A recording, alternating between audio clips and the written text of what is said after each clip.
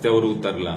आम्ही एकूण 36 तालुक्यांमध्ये अर्जुन खोतकरवर गुन्हा दाखल व्हावा यासाठीचे निवेदन सरकारला दिले, पण त्यांच्यावर कारवाई झाली नाही। त्या अनुषंगाने आम्ही 15 तारखेला उपोषणाला बसलो असताना आम्हाला सर्व आंबेडकरी चळवळीतल्या नेत्यांनी, मराठा समाजातल्या नेत्यांनी व सर्व समाजाच्या माणसांनी किंवा संघटनांनी आम्हाला पाठिंबा दिला।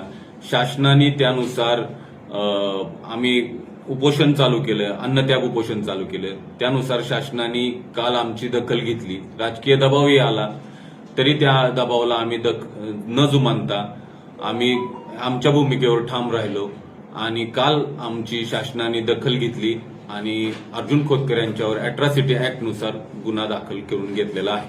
कोणाचा दबाव होता तुमच्यावर?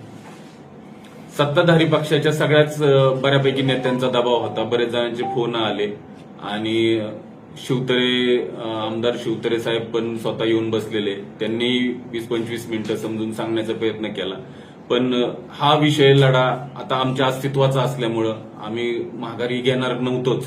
गुन्हा दाखल होईपर्यंत आम्ही उपोषणाला बसणारच होतो।